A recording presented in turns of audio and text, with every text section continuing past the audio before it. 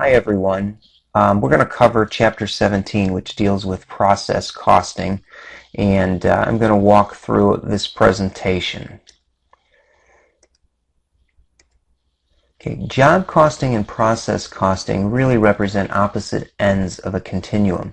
On one hand, job costing systems are more involved with distinct identifiable units of a product or service. Examples would be custom-made machines, houses, a job shop would typically use job costing systems.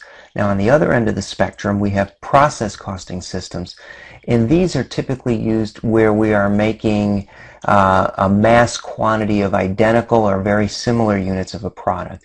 Examples would be the chemical processing industry, food, probably pharmaceuticals would tend to use process costing systems as well. Now, process costing is a system where the unit cost of a product or service is obtained by assigning the total cost to many identical or similar units. Each unit receives the same or similar amount of direct material cost, direct labor cost, and manufacturing overhead. So very much it's an average cost type of concept. Unit costs are then computed by dividing total cost incurred by the number of units of output from the production process. Again, since we're taking total cost divided by units, the emphasis in process costing really is on a type of average cost. Now, there's a couple assumptions associated with process costing.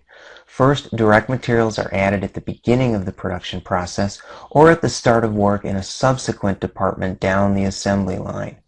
Another assumption is that conversion costs are added equally along the production process.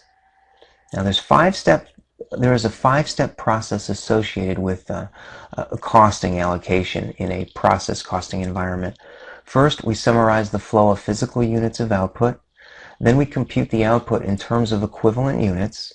Then we compute the cost per equivalent unit. Then we need to summarize the total cost to account for, and finally assign the total cost to units completed, and to also assign the cost to ending work in process.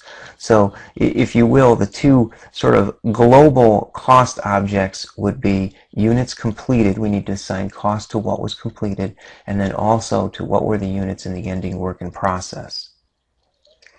With process costing, we tend to use a concept called equivalent units. It's a derived amount of input that takes the quantity of each input in units completed and in unfinished units of work in process, and converts that quantity of input into an amount of completed output units that could be produced with that quantity of input. In a lot of ways, it's thought of as a percentage of completion type of approach. Equivalent units are calculated separately for each input, and usually each input in a process costing environment consists of direct materials and conversion costs. Now, under the weighted average method of process costing, we calculate the cost per equivalent unit of all work done to date, regardless of which accounting period in which it was performed. And then we assign this cost of equivalent unit completed and transferred out of the process, and to the complete units still in process. The weighted average cost is the total of all costs in the work in process account divided by the total equivalent units of work done to date.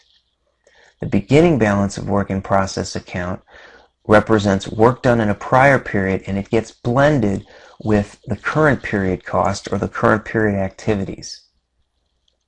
Now let's go over steps 1 through 5 using the weighted average method. First, we summarize output. Step 2, we compute the equivalent units.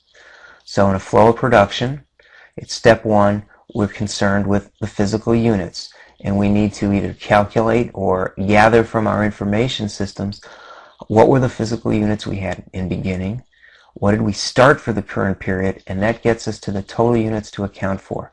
Then we need to determine of the units to account for, how many units were completed and transferred out. In this example, 90 of the 100 units, and that means that 10 were left in work in process. So 10% were left, and with that ending work in process, we assume that 100% was complete as to materials. That's a pretty typical assumption, because we assume all the materials had to be there to be worked on, but somebody on the floor or the system itself determined that only 10% is complete as to conversion cost.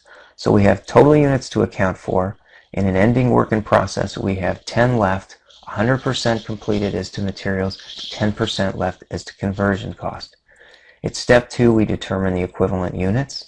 Of the ones completed, the 90 units, all 90 of those equivalent units were complete as to direct material and conversion cost. Now, regarding the 10 units we had on hand in work in process, we consider 100% of that, which would be the 10 units, to be complete as to materials, but only 10% of the 10 units, or one equivalent unit, is done as to conversion cost. So when we consider the base as to work done in the current period, we have 100 in direct material, and we had 91 in terms of conversion cost. At step 3, we compute the cost per unit. At step 4, we summarize the total cost. So let's take a look at step 3. For our two cost components, direct materials and conversion cost, we have to gather from our accounting system what did we have in work in process and what were our current period costs added. Normally you would get this from various GL accounts. So we have $5,000 of material cost to account for and $13,000 of conversion cost. Now we've already determined the equivalent units from step 2, so we do our division to determine a cost per equivalent unit. And again, a cost per equivalent unit represents, if you will, an average cost per unit. So we have the 5,000 divided by 100 for material cost, and we have the 13,000 divided by the 91 equivalent units that we calculated from step 2, yielding $142.86 cost per equivalent unit of conversion cost. At step 4, we summarize our total cost, which is $18,000. And finally, at step 5, we assign the cost to units completed and ending work in process. We do this by multiplying the equivalent units from step 2 by the cost per unit from step 3. So if we had 90 units completed and transferred out of material cost, we use the $50 cost per equivalent unit we computed from a prior step, and we also multiply the 90 units completed by the $142.86 of equivalent units per unit calculated from the previous step relating to conversion cost. For the ending work in process, we use the same rates that we've calculated per equivalent unit and multiply it times the the equivalent units we have stated at that value. So we had 10 units of equivalent units at $50, and we had one equivalent unit at $142. So the total cost to account for, again, the $18,000. And we've indicated which ones are completed and transferred out, and which ones remain in work in process. Okay, so the result of the process is two figures that we need. The amount of the journal entry transferring the allocated cost of units completed and sent from work in process to finished goods. So what we are looking for in all of this effort is a debit to finished goods and a credit to work in process, showing us the conversion of goods completed. The second entry we need is to determine the ending balance of work in process that will appear in the balance sheet.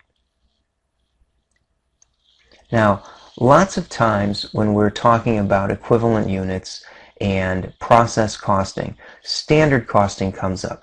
Standard costing is a very popular method of accounting in process environments. And part of the reason for that is it's much a simpler approach than the one we've just illustrated. In theory, teams of design and process engineers, operational personnel, and management accountants all work together to determine separate standards costs per equivalent units on the basis of different technical process specifications for each product. Well, that's all well and good. In the real world, I'm not sure that's really what happens. What I've typically seen is you'll get one operational guy. You might consider him a process engineer. He may be technically trained as an engineer, or he may just be someone from operations that's been there a number of years or who's very familiar with the production process. But typically what I've seen is you have a guy from manufacturing work with a cost accountant to develop standards per equivalent unit or per process for material or for conversion costs. Sometimes in a standard setting, the conversion cost will be split into a labor component and then in an overhead component. And in other times, that standard costing on the manufacturing overhead may even be split into a number of overhead pools. Typically there might be a fixed cost pool or a variable cost, but there may be a number of pools. I've seen a variety of different ways standard costs are done in practice. Okay, now if you're using a standard cost system, they replace actual cost in the equivalent unit calculations. And the whole idea of standard cost is it makes costing the process go through much easier because you have a predefined standard that you simply use that cost times the quantity where it appears. You do a quick comparison to what actual was and determine if you have waste or variance to flush out, typically to a P&L. We'll get into standard cost much later. In our last slide, dealing with process costing deals with transferred in cost. Transferred in cost are costs incurred in a previous department that are carried forward as the product's cost when it moves to a subsequent process in the production cycle. So the only time you have transferred in cost is when in your costing system you have separated or segregated various processes so that there is more than one. Then we have to deal with this issue of transferred in cost. If we had 4 or 5 different processes, we may have 4 or 5 transferred in costs that need to be moved as a product cost moves through the cycle, and we need to account for the work performed in each area of the process. One of those 5 areas, let's say, as an example. They're also called previous department costs, and we would make journal entries to mirror the progress in production from department to department. Typically, if you've got this situation, you may have work in process accounts for every production area. You may have process 1, process 2, process 3, with 1, 2, and 3 having names that really represent the production steps that exist in your environment. Transferred in costs are treated as if they are a separate type of direct material added at the beginning of the process. So usually they're accounted as 100% equivalent when they transfer in.